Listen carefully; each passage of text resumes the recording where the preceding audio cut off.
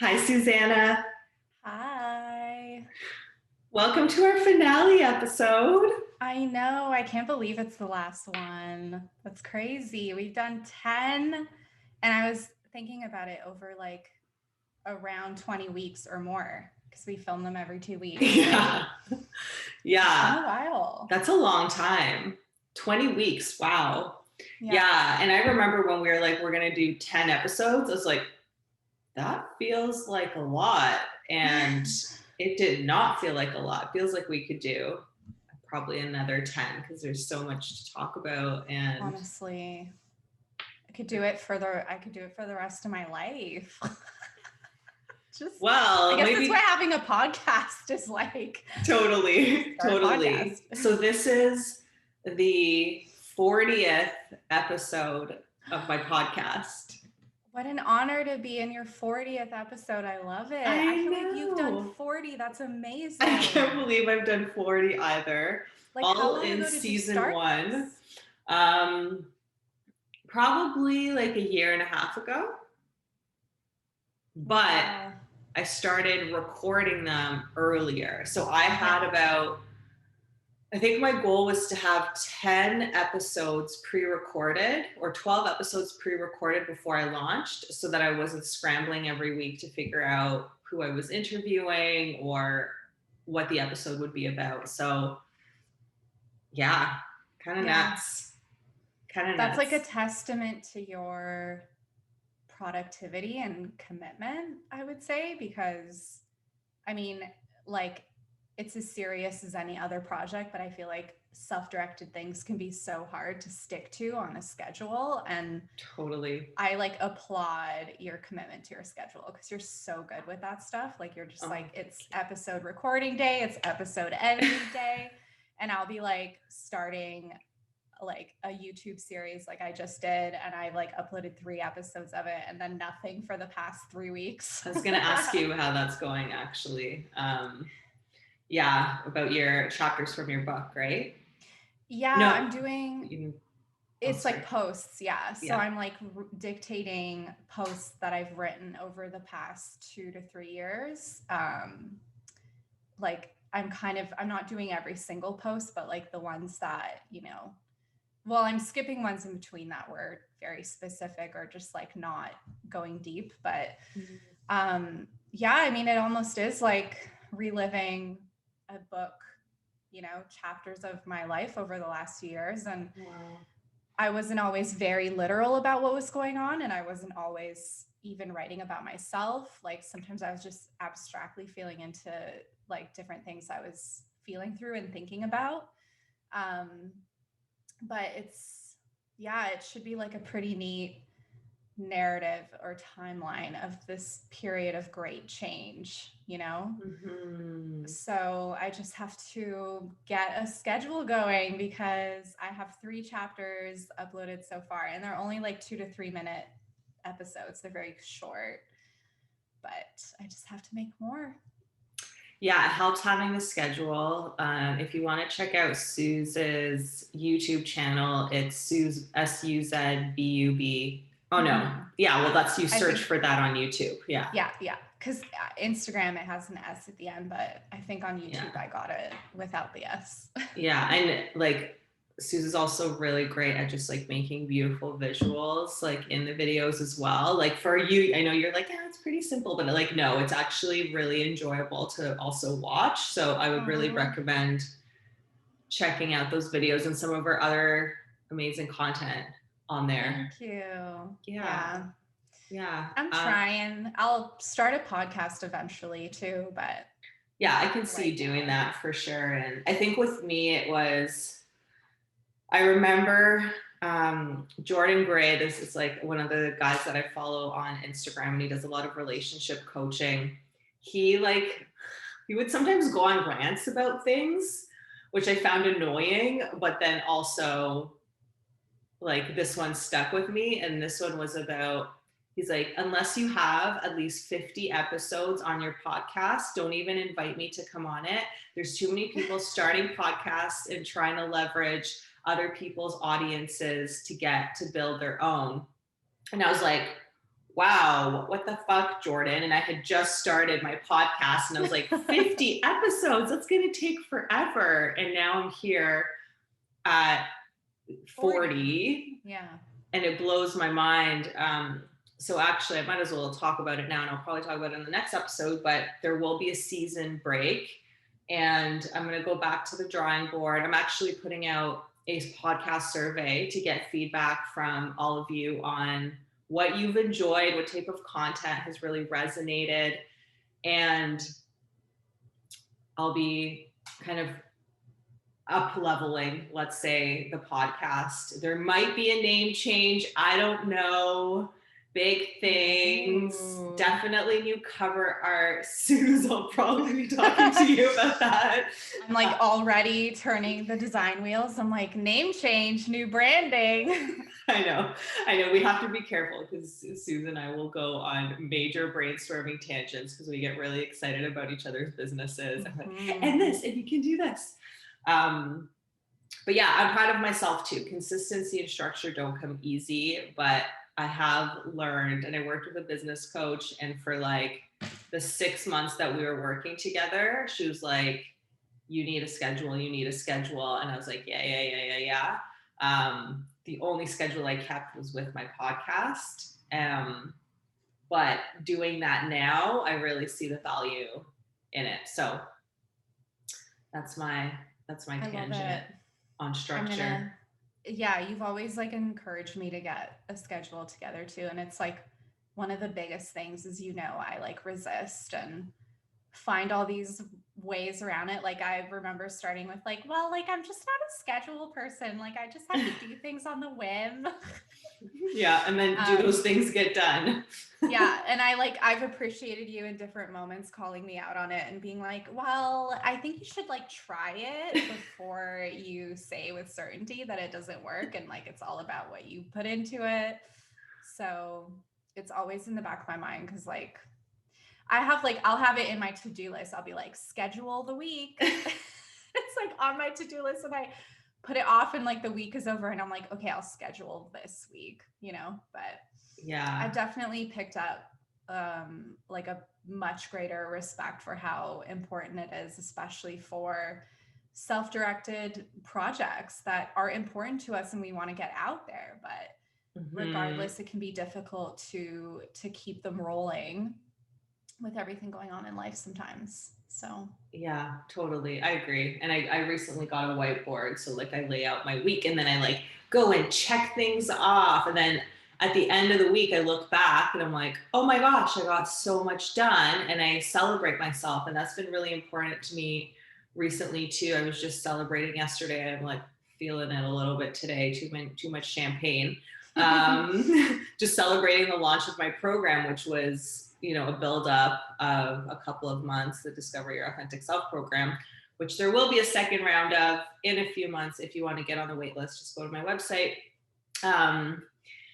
But yeah, like just celebrating all the things that we get done, especially as solopreneurs, where you are doing all the work yourself. No one's going to be like, you deserve a raise. Yeah. Good job. Like, of course, your friends or coaches might say that, but you're really like, it's so important to celebrate ourselves, and not just in business, but in every aspect of our lives, right? Like, and it's perfect that we're talking about breakups and how they're the gifts of endings, because we go through these like crazy experiences in our lives, and then we sit there and critique ourselves as we're trying to heal from them and grow from them and move on. And it's like, well, yeah, but I should be over him by now, or I shouldn't have texted her, or I shouldn't have looked at his Instagram, or whatever it is, instead of being like, okay, but at least you fucking walked away. Or, okay, but at least now you've prioritized yourself and are healing from the situation, where like, but you should have, like, you could be better. And like, I changed my voice because I feel like it is that like annoying voice in our head. So totally. No, it's so important to acknowledge and celebrate ourselves and the steps that we take. And, endings can be good and bad. Like ending something that you will look back on joyfully, or that you put a lot of work into, if it's like a project or a season in your life or something that you built or created. We so often like finish something like that and just move on to the next thing. And there's this struggle in life of always wanting to one up ourselves, and we don't stop we don't stop long and hard enough to like really enjoy the in between, you know? Oh my gosh. I Yeah. love everything you're saying right now. Yeah. And with breakups, absolutely. Like every step you take is huge in your healing, you know, regardless of how the ending came, whether it was like from you, from the other person, a mutual thing. There's always like some pain and anguish associated with it, no matter where you're coming from. Even if you chose to end it and it's like something you feel very at peace with, you can still have a lot of things that, you know, you're going to process and go through after the fact. And just like getting through the ending first is a huge thing, right? Like, Yeah.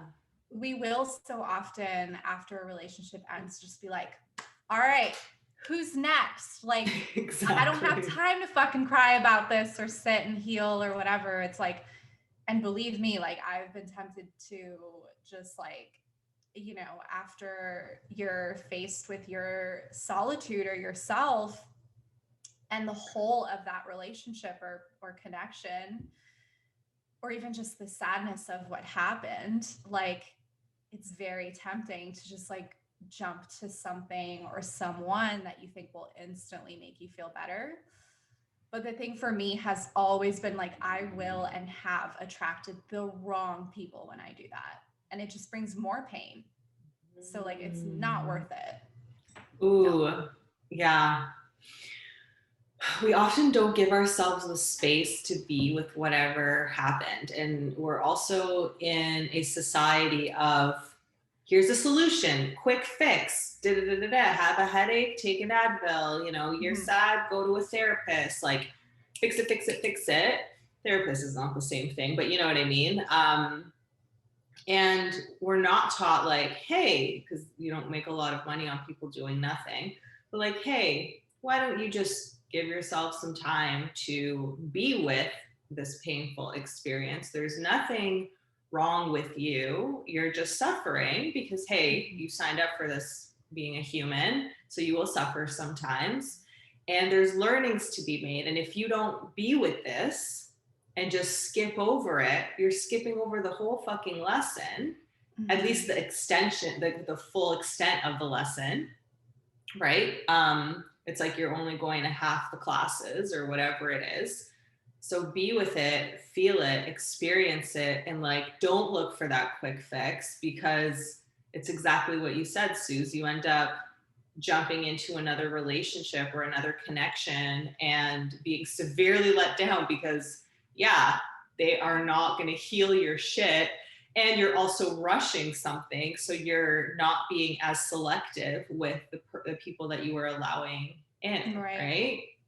Oh my gosh, sorry, go ahead. No, I was just gonna say you're picking from like lower hanging fruit. Totally. I like fucking saw red flags with a bunch of guys that I dated after my divorce. And I was like, what red flags? Like, I don't see those like flailing over there. Like, I'm just going to look that way instead, you know? Yeah. And then I ended up being so disappointed, so crushed. And, you know, I needed to have those experiences, so I don't regret them. But could they have been avoided? Could I have used that time to heal? Yes. And then, of course, then I ended up doing my 6-month dating hiatus, which was like 2 years in, which is only then where I was doing healing work from the relationship, definitely. But having that space with myself, I learned so much more. I built way more confidence too. And I'm still having my hiccups and my experiences in dating. I'm not like, oh, now I'm a perfect dater. But I'm a lot more aware, that's for sure. Yeah. So Yeah, that Yeah, and space that's is huge. yeah, that time to ourselves. Like I've been doing it, I think it's been since about October for me. So how long is that? That's like 6 months, 7? January, February, March, April. Yeah, Oh, almost so 6 months. 5 months. Yeah. Yeah, and I remember us talking about it, and I think I've even talked about it in previous episodes, and I was like, maybe I'll go to like the holidays. I was like, the holidays are going to be so sad without like any company or companionship. And like, maybe I'll go till my birthday, because my birthday, which is in February, like I got through the holidays. And I was like, I don't want to spend my birthday. Like, I had all these things like pitting up against me as to like why I shouldn't be alone, as if that was like a bad thing. And it's been so beautiful because like I'm coming close to 6 months and like I'm not planning to end it anytime soon. Like now I'm kind of thinking like maybe I'll start to open up a little bit in the summer, but maybe not. Maybe a full year of this would be a beautiful, gratifying experience. And I've just learned so much about myself and like found so much healing and love and support in myself that I was missing and not connected to from day one, because I would always look for that from other people. So it's been such a beautiful, yeah, like let's celebrate, right? It's been such a beautiful, empowering experience, and it's completely changed my perspective on what I want romantically as well, because like I don't want to waste my time like I want to explore and have fun when I'm ready, but I don't want to waste my time dating anybody that is like below what I want, Yeah. And at this point I don't even know what I want. Like, do I want a life partner? I don't know. Do I want to have kids? I don't know. Yeah. I was just reading a book. Like I'm reading Pussy by Regina Thomas Howard still. I'm almost done. It's taken me the whole series of this podcast. And she was just talking in her recent chapter about a person that she just has an ongoing like love connection with, and they just come in and out of each other's lives, and they still have the space to focus on their things, and like they're just not suited to be life partners, and she wants the space to continue to be herself and craft her business and stuff while having that companionship when it comes around. And like at this point that was almost more appealing to me, so you discover so much about what you want for yourself for the future or for this time of your life. And if I was busy dealing with like people I'm dating, bringing up more suffering for me because I haven't healed fully, I would just be so distracted from that, So like, I want to do that when I'm good and ready. And like, trust me, I have been tempted. Like, it is way too easy to open Tinder and just be like, I'm so craving validation. I'm so craving like a flirting session. I just want somebody to tell me I'm hot. Like, and then just be like, okay, bye, deleting the app. Yeah. Okay, yeah, I can still get out there when I'm ready, Yeah, I love that you've decided to commit to this cleanse for so much longer. I remember, when we had first talked about it, and you're like, yeah, maybe I'll just do a couple of months and and like I don't want to push it too hard. And now you're rocking it, and like you're like Valentine's Day, like, oh no, I'm doing it alone, and I'm doing it alone in style, and like you fully just embrace the whole experience. And look at how much you've processed in that time frame personally as well. Yeah. This Pisces season for a Pisces especially. Oh my God. Yeah, it's like coming up, girl. I was literally, Aries season's around the corner. I was literally gonna say this to you today, like, is what I've been experiencing this Pisces season what you experience all the time? Probably. Which is like a fucking emotional roller coaster. I've cried like every day for the past 2.5 weeks, and like so sensitive, and oh my gosh, I'm like, is this what it's like to be a Pisces? Honestly, it sounds like you were tapping right in. Oh my God. So Yeah. yeah, I can imagine for you being a Pisces in Pisces season, it all gets amplified. So like, yeah, wow. Yeah, and it has been a lot since like processing in the past month or so. And Valentine's Day was in some ways very beautiful and gratifying and easy to be like, when I'm doing it for myself, there's absolutely no disappointment, there's no expectations being like not being met, there's no stories, like it was just, and maybe granted it would have been more challenging if like we weren't in a lockdown situation and I went out alone and was like surrounded by couples. But you know what? I think that would have been a beautiful, fun thing to embrace also, because like there would probably be other people doing the same thing, or I could look around and admire and appreciate the beauty of couples around me, knowing that that's just not a situation I'm choosing to be in right now. Um, and that I'm not less than because of it. Like we still have this really ingrained idea that we have to be with somebody, period, you know? But maybe we don't. Like it's just been this huge shift for me of like, I have things to do here. And it's not that I can't do that with a partner, but building my life around the prospect of finding a partner is just something that I'm no longer interested in. Like I've spent my whole life up until now, with that being like kind of the sun in my solar system, right?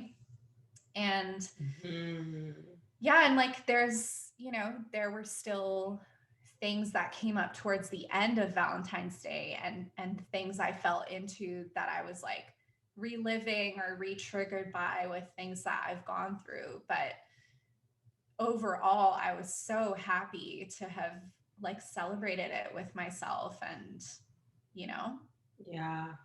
it was worth it. In general, what I'm noticing about you is like you feel so much more grounded and in your body than you did when we even started this series. Like I'm just like looking at you, and I don't know if it's because like you're in this dress and like you feel so like feminine and womanly, but like goddess like it's, I feel that from you. You're just like someone who has been through the trenches, has shed her skin, like Pisces season, like as tough as it was, like you were shedding your skin. And like, I just see you feel so much more solid and confident and self-assured. And that's really beautiful to witness. Oh my God. Thank you. That just feels so good to hear. That's You amazing. probably like if you even went back and watched some of the earlier episodes, like you might even notice it within yourself. Yeah. Yeah, because there was still so much that I was going through and processing. And I've recently come to a stage, I think, where like I thought of this analogy today that I was actually thinking of making a TikTok about, and I might and I'm sure it's not new, but it's kind of gross, because my thought was like, if we're picking like a wound from a past relationship or like something really traumatic you went through, if your wound is like scabbing over and you just like keep picking the scab, like we've all probably done, you're like, it's gonna bleed again, it's gonna rip, like it's gonna need more time, extra time to heal.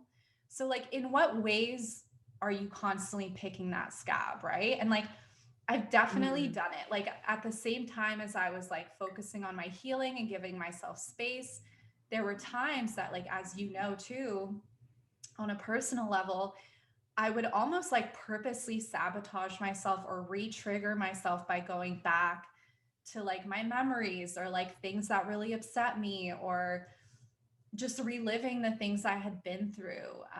And like, again, like, yeah, like if your ex brings you pain or you've been through a lot with that person and you are tempted to look at their like social media, for example, but it's just going to make you like upset or angry or hurt or whatever. It's really hard to draw those boundaries for yourself, but it's so, so, so important when you identify the things that will equate to picking your scab, right? Like if he contacts you and wants to come over, or like tries to get you back, or like whatever, and how often do we prolong the process of ending a relationship because we keep going back, right? Or we keep taking the person back. And like, I have no blame towards anybody for doing that. Like, God knows I did that in my college relationship, like my high school to college, my like high school sweetheart through to college. We went back and forth so many times. And so it's like, you literally just have to let that scab heal. And as tempting as it is to rip it off, like you have to just let it die and fall away. And then your skin underneath is like renewed, you're good. And that scar is still there. You're still going to look back at it and think about it sometimes, but it's not going to bother you as much anymore, you know? And I'm so excited by this analogy, but I'm just like, this is such a gross analogy. And it's also probably been said a million times. I had to put it out there. And just to add to that analogy, the more you pick at a scab, the worse it'll actually heal, the more of a scar there will be. Exactly. So if you just leave it and let it heal without picking at it, the scarring will be that much less, you know, than all the times you check their social media or texted them that you miss them or whatever it is. Exactly. I find the social media thing kills me, because it's like, it really takes willpower, you know, sometimes, especially if they have like a public profile or if you're friends. And when I had my like really powerful reconciliation conversation with my ex-husband, reconciliation, like not him and I are reconciling, but like reconciliation with the masculine. And a few months ago, I remember saying to him, like, actually, was it during that conversation? Might have been the prior one, but I was like, I don't want to be on your social media. I don't want to see you with your new partner. Like, that's hard for me. And I forgot that I had just like ended up like unfollowing his accounts, like unfriending him on Facebook. And then the other day I was like, okay, I think I'm ready. I'm ready to see him with his partner.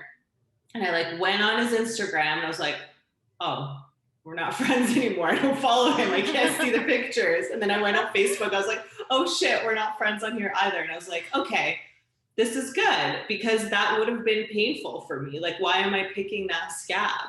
Yes. I knew it was going to be painful, but it was like, it's time you deal with the pain. And it's like, what good would that do? Exactly. And like, sure, you can't help a situation where you might see your ex at a party with a new partner, or like hear about them dating somebody new, but choosing to look at their online presence or anything accessible to you, it's like a willful choice to suffer in a way. Because how many times can you say, and I know like I can't ever say this for myself, will it bring you joy and healing? Like, and I've told myself, right? Like, never. When is there ever a time that you would look and be like, wow, I feel so good. Like, you know what I mean? And yes, there are situations where you've had a very amicable breakup, or you've healed a lot, or it's like years later, or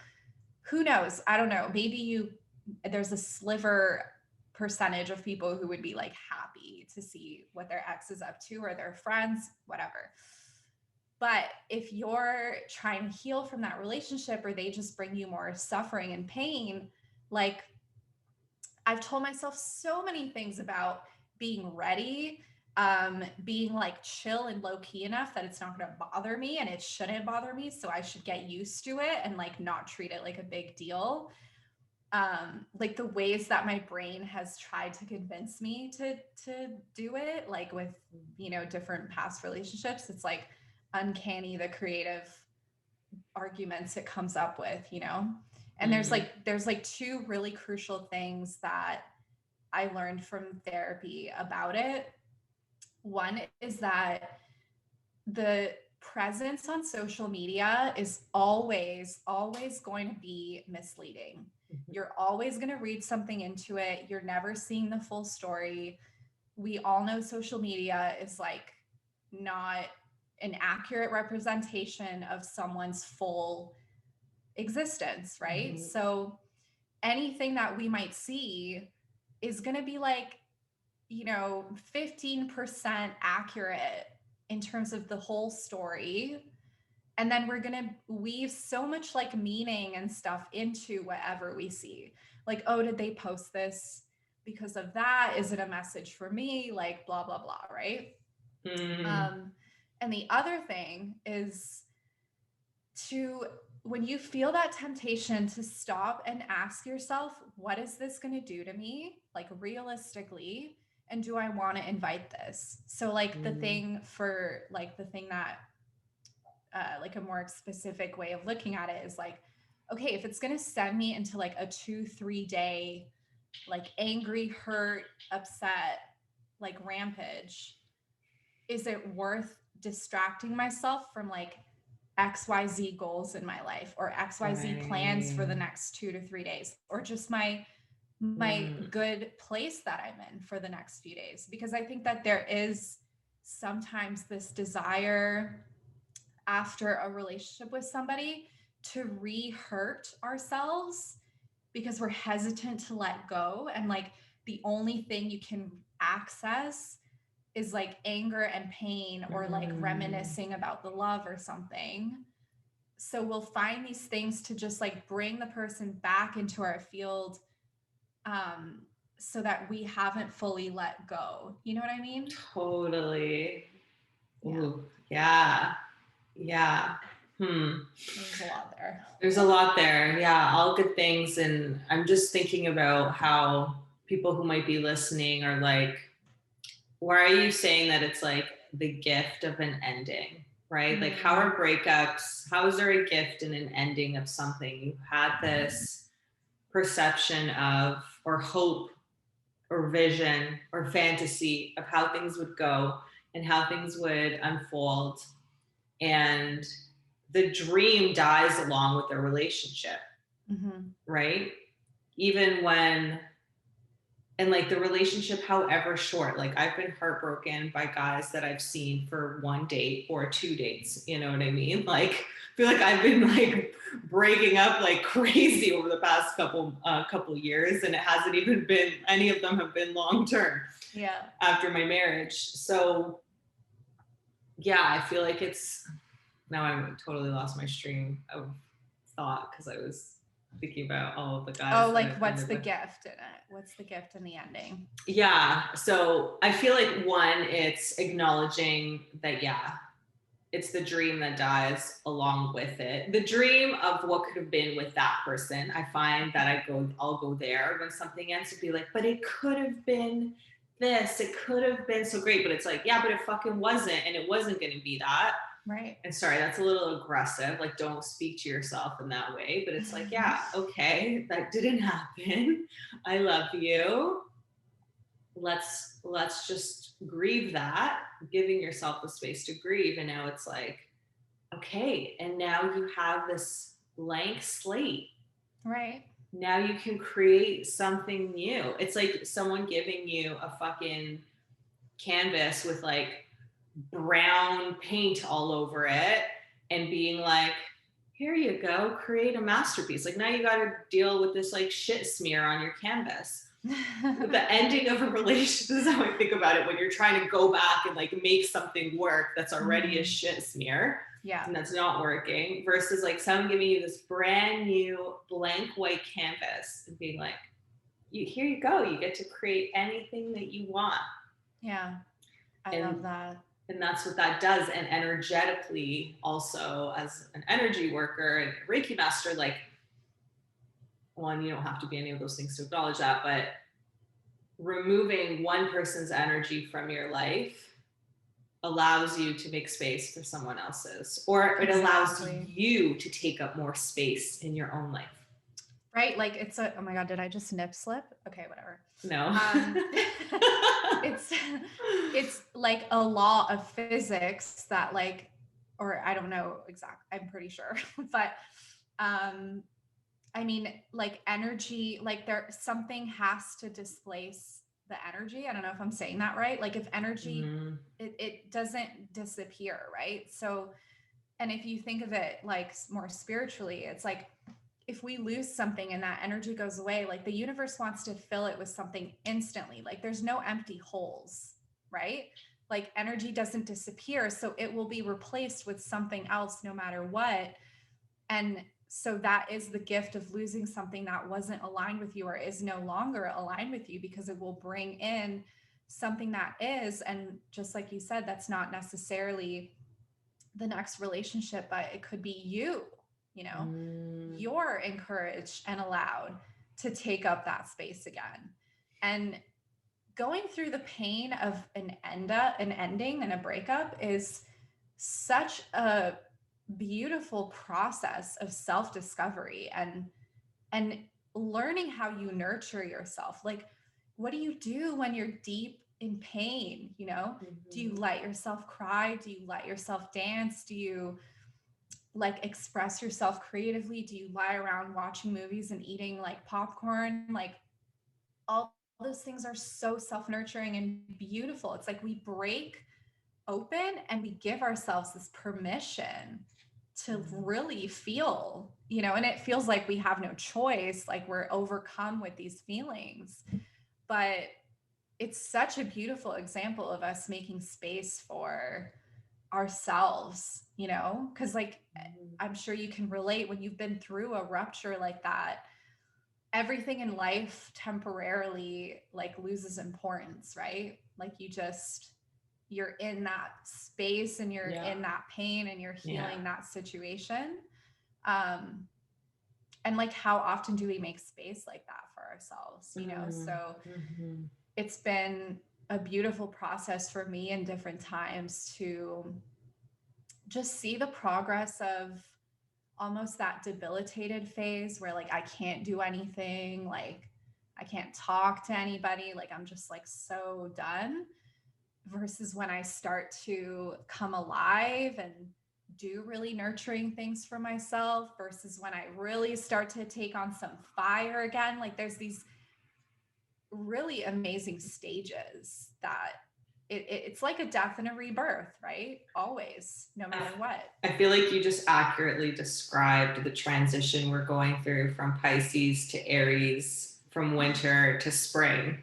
It's like you literally said, like, and then, yeah, entering into that like fire, right? So it was incubating, dealing with all the stuff, feeling our pain, eventually like shedding that, which we're doing right now as we're feeling it, so that the fire of Aries season and spring can come in and create growth and new opportunity. And there is something really scary about the unknown. And I think that's something, another reason why we hold on to these relationships or we struggle with our breakups. It's like, but like sometimes it's like we can't even imagine it being better. We're like, well, and sometimes people have never had a healthy relationship. Most of the time, if you're in a breakup, maybe you didn't ever have the type of relationship that you need or want. So it's like, and maybe your parents didn't either. So you're like, I don't even have an example of this. I don't have evidence that this is possible in my life. So like, I'm just really going to either try hard to make this relationship work, or I'm going to be extra sad about my breakup. But we don't see, you know, you don't see the masterpiece before it started. Like, you know, you got to do, I'm like stuttering. It shows itself, it unveils itself with time. Yeah. And that can be really intimidating, but also so friggin' exciting. Yeah. Yeah. And something you said earlier that stuck out to me, and like I saw a video of somebody describing this the other day, and I can't remember what word she used for it, but it was that experience of dreaming or fantasizing about a future with somebody, or like this idea that it's this like unattainable fantasy of what the situation or life with this person could be like, and we do it very quickly. Like we start to do it from like almost the moment we meet people. And I think she called it like future mapping or something like that, or like future something. Yeah. It was such a clever name. But I think there's also this idea that I'm kind of losing my train of thought with it, but just that like, okay, yeah, we, rather than accepting that this person isn't enough or big enough or dreamy enough for us the way they are, we like add to their value with this like fantasy that they will never hit. And sometimes the fantasy is unrealistic, and there's a piece to it that like we've been fed all these like romantic comedies and storylines, and there are like beautiful romantic situations and stories people tell, but there isn't this like constant perfect romance that lasts for your whole life, that never changes or never gets challenging or frustrating or boring or tiring or repetitive, right? Like love goes through its ebbs and flows. And so I think when we meet somebody, it's true, like we don't always know that we can have and do better. And it's not about like singing that person's worth. It's just that some people show us love in a way that isn't healthy or does reflect the way that we've been taught to receive love, and we think that that's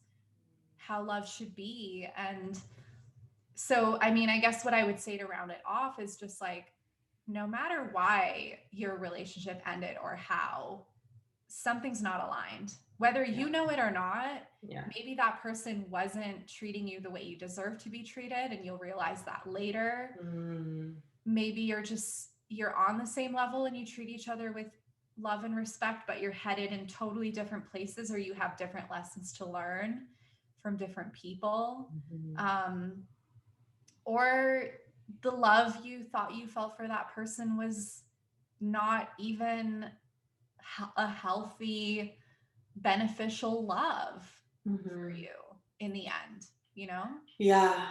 And something that comes up for me is, what if I had behaved differently or done something differently? Would this have gone a different path?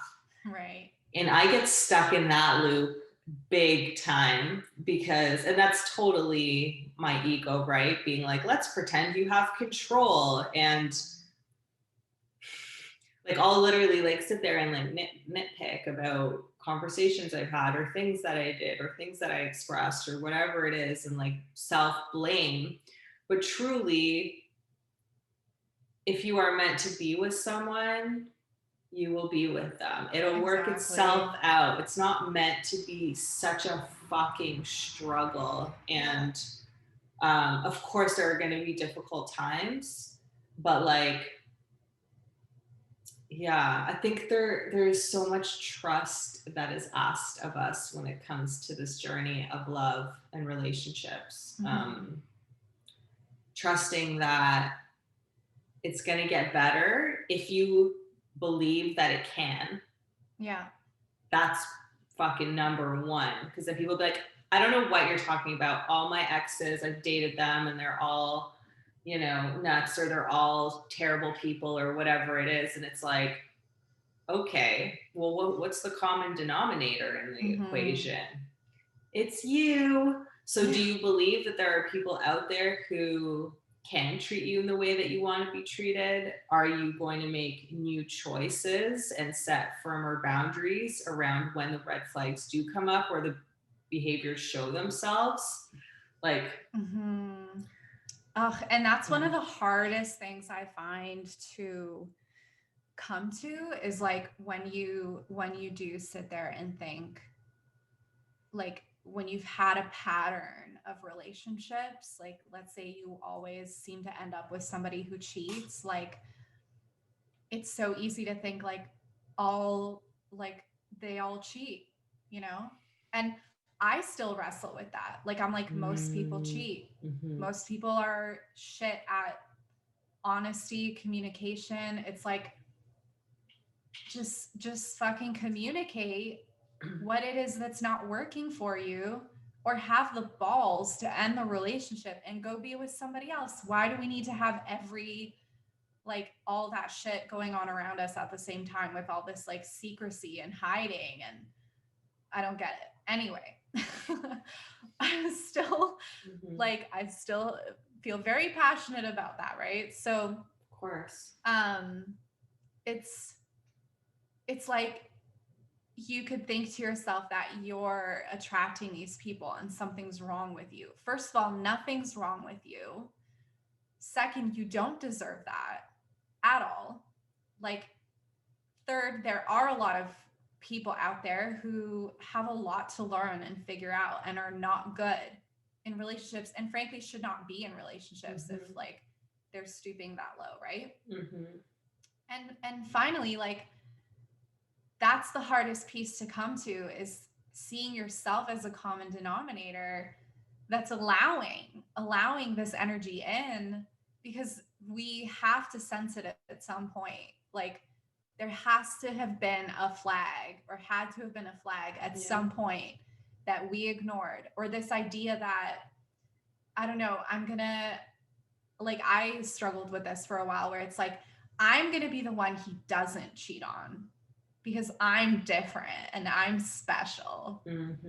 The other women they cheated on were special too.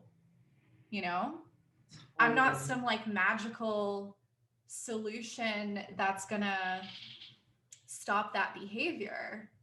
So it's such a balance of self-worth and also like this acknowledgement in a very compassionate, non-blamey way for yourself.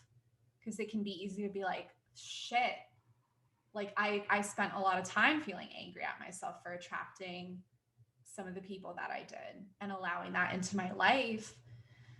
But then it's important to have that compassion of like, you know, I understand I was just looking for like love and validation and something really comforting and secure after my previous relationship ended. And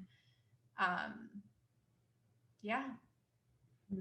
So it's very important to look at any patterns that we see. And again, I think we've said this before, like I'm not a dating expert. There's probably so much to that can be dug into with a lot more structure. But as soon as I'm noticing I seem to be meeting the same type of people, it's like, okay, well, what's going on there? What am I, ignoring in myself? And in the case of attracting someone who mistreats me like that, like I'm not loving myself to the degree that I could be, I'm not seeing my worth at the level that it is, because I'm allowing someone to come into my life and mess with my beautiful, peaceful, sound energy. Totally. Yeah. And I think that's the other opportunity when the ending does come in the relationship, whether you wanted it to or not, you can now not recreate that for yourself. Like you can choose differently. Right. You can literally create something new if you commit to doing it with awareness and self-compassion and looking back. And you can do so much reflective work on your relationship. And I would always go to the beginning and say, what was there that I didn't, that was a sign for me that this wasn't my person already. And something my mom said, and I don't know if I've said it on the podcast or not, I'm sure I have over 40 episodes. She said, the things that are small things at the beginning will become big things at the end. Yes. Like we know exactly what we're going to be dealing with probably in the first meeting. Oh yeah. Like right away. First few dates, you'll know. And it's such a helpful exercise, I think, to deconstruct past relationships like that. Mm-hmm. Like I remember my ex-husband, when we first started dating, I was like one of the issues that we struggled with a bit in our relationship is he's like so ambitious and really committed to work, right? To the point of what I would label like some workaholism, but he would see it as like ambition and the reason why he was able to achieve like a certain level of success, which is also kind of then hard to argue with, right? But I noticed that in him, like as soon as we met, because he was so studious and ambitious in college, to the point where I would be like, okay, like relax, let's like chill, like you don't have to work all night on this project. But he'd be like, I really want to figure out this thing or like make this thing better, you know? And I remember literally having the thought, like, because I was already like, this feels like my person, but I was like, this is going to be a problem.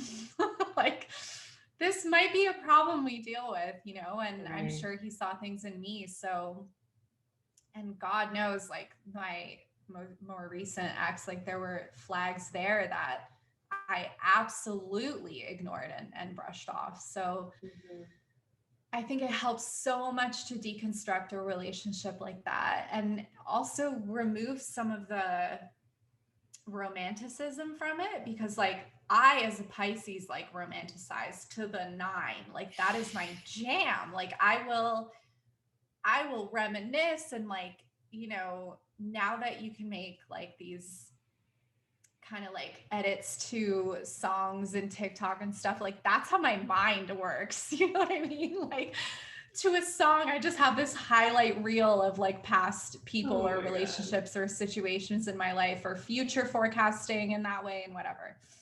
And it can be the driver for going back to somebody and kind of losing sight of what was problematic in the first place, or why that ending was a good thing.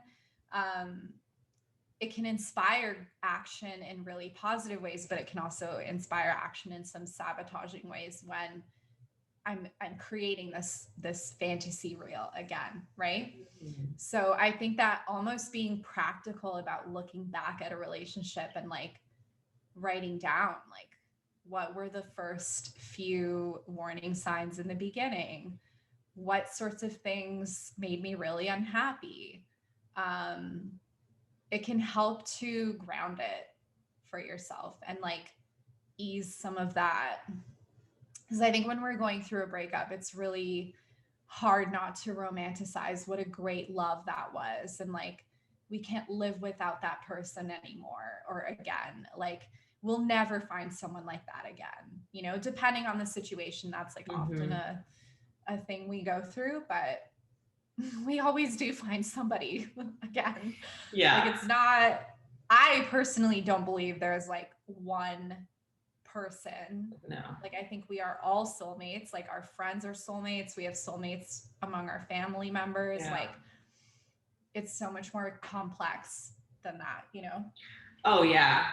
I remember saying that to my ex-husband. I was like, I don't think there's one person for everyone. Like there's multiple people, and then you know you get to choose what experiences you have. And it's funny how you talk about a Pisces and like romanticizing, whereas it's just reading about this like Aries just throw caution to the wind. So it's like I very consciously know where I shut off my logical brain and just go with things, whether it's like an extra glass of champagne or it's, you know, like texting that guy or whatever it is. Like I'm so conscious of it because sometimes it's just lovely to be irresponsible. No, for sure. There's a thrill.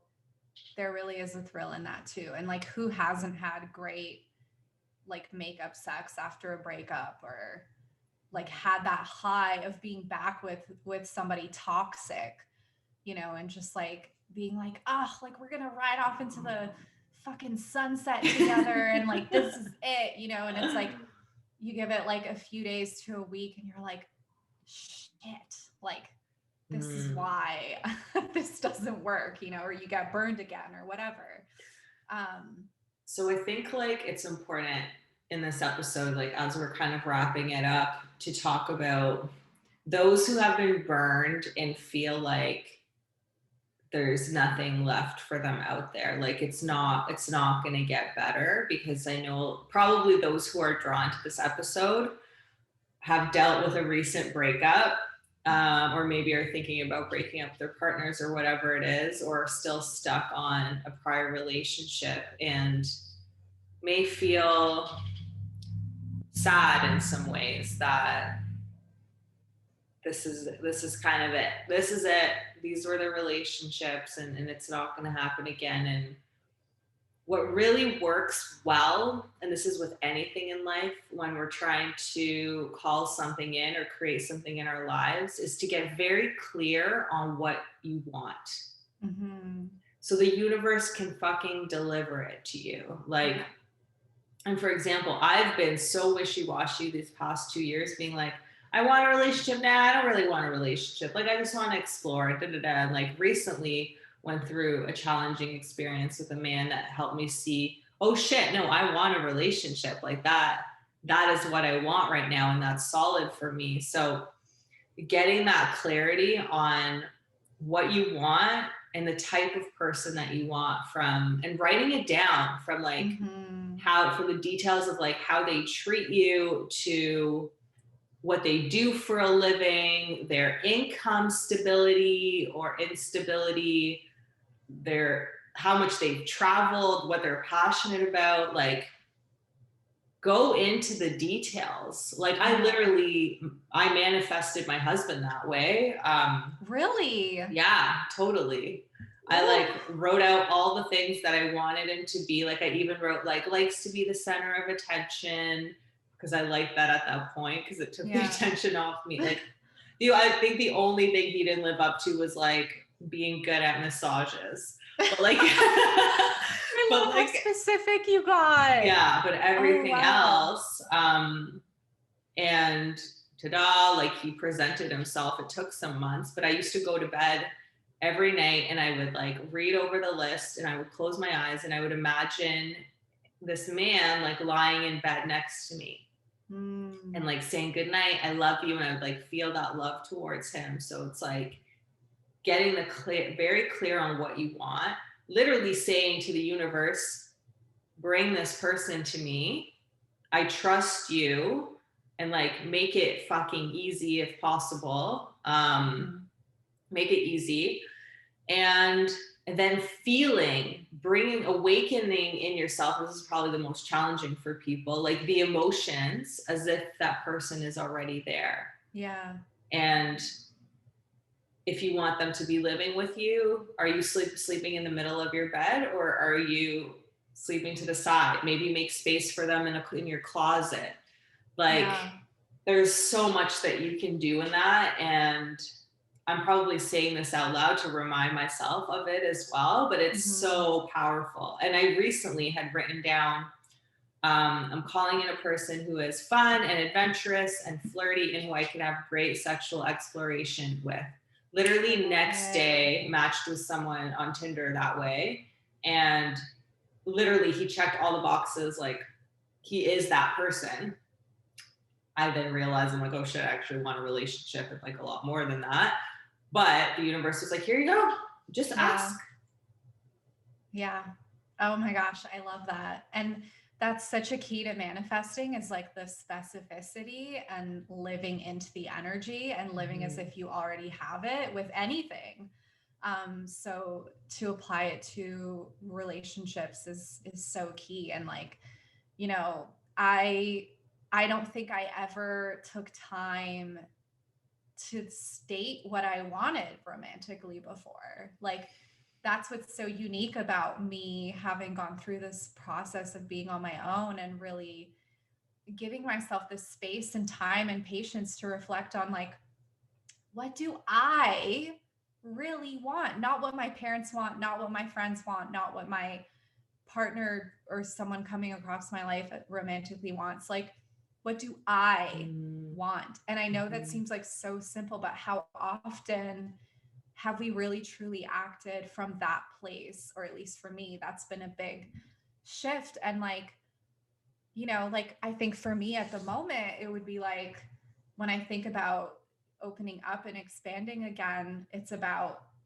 exploring different types of people, going on dates, getting spoiled on dates, like things that I haven't really gotten to experience that much. And like having been in such long-term, you know, monogamous relationships, like that's what I want. And that is pitted up against this idea where you're reaching your age where you might not be able to have a baby easily, or like you're getting into your geriatric pregnancy stage.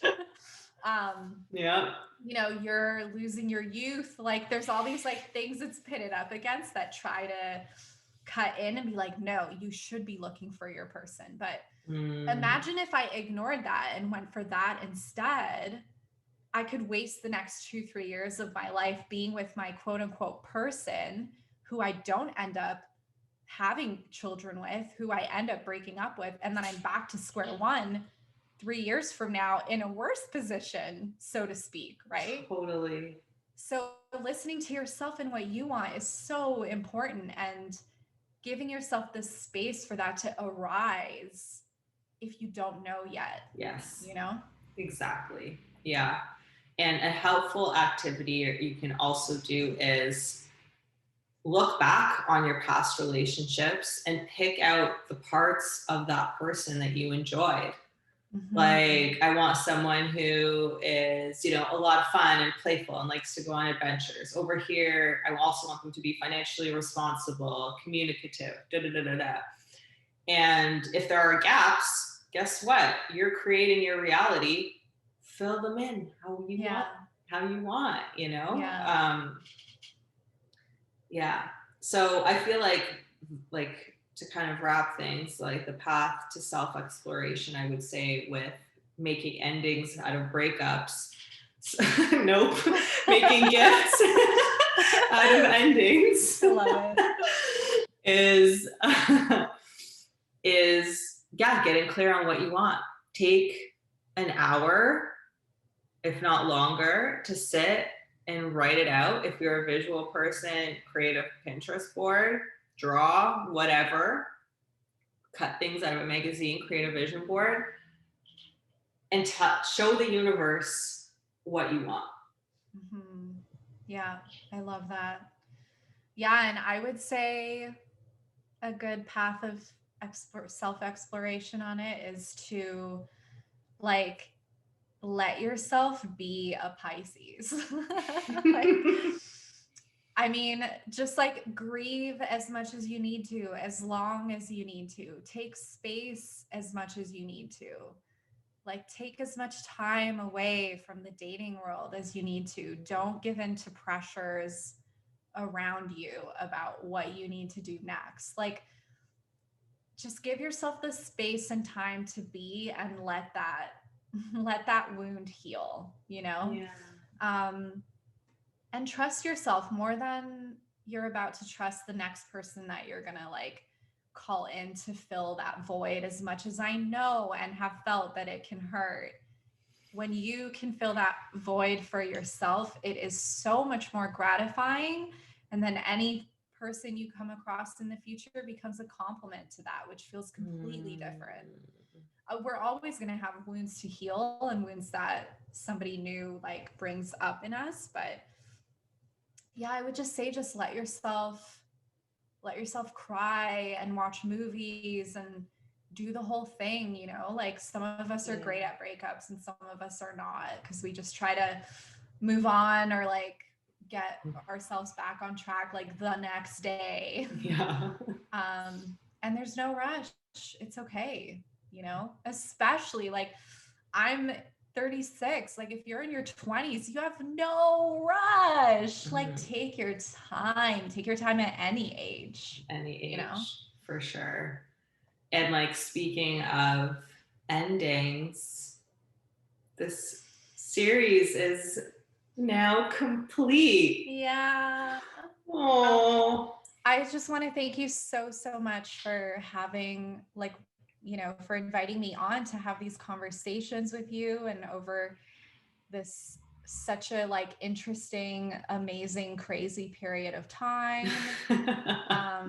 It's been such a beautiful process as well to just like explore our different topics every week and feel into them and do our like stories or reels for them and have people vote. And then like our lives have just always aligned with the topic that we're discussing. completely. So I appreciate you so much. And I've absolutely loved our chats. So Oh, yay. I've absolutely loved having you on the show as well and sharing so vulnerably all your experiences and all of your wisdoms and the heart that your heart that you've put into the show. Like Suzanna rocks, as you can tell. If you're not following her already, definitely do that on Instagram at Suzbubs. Her website, Suzbub, everywhere else, Suzbub, TikTok, YouTube. Yeah, you're really incredible. I cannot wait to see how things continue to unfold for you. Like you are, Aries season's gonna bring some great, great things because it's time for action. And I feel like you really will be. And thank you to everyone who's listened and voted and commented. You're all really special to us, and we probably wouldn't be doing this if you weren't watching or listening. I feel like if we got 0 listeners or watchers for a while, we would stop. yeah. But yeah, just it's been a really incredible experience, and we hope that you've learned something along the way. And I have no doubt that Susan and I will have future conversations together, maybe on her podcast, maybe on a future episode. We will definitely do something together again. I have no doubt about that. For sure. I'm so down. Yay. Yay. Thank you. Love you. Love you. Wow.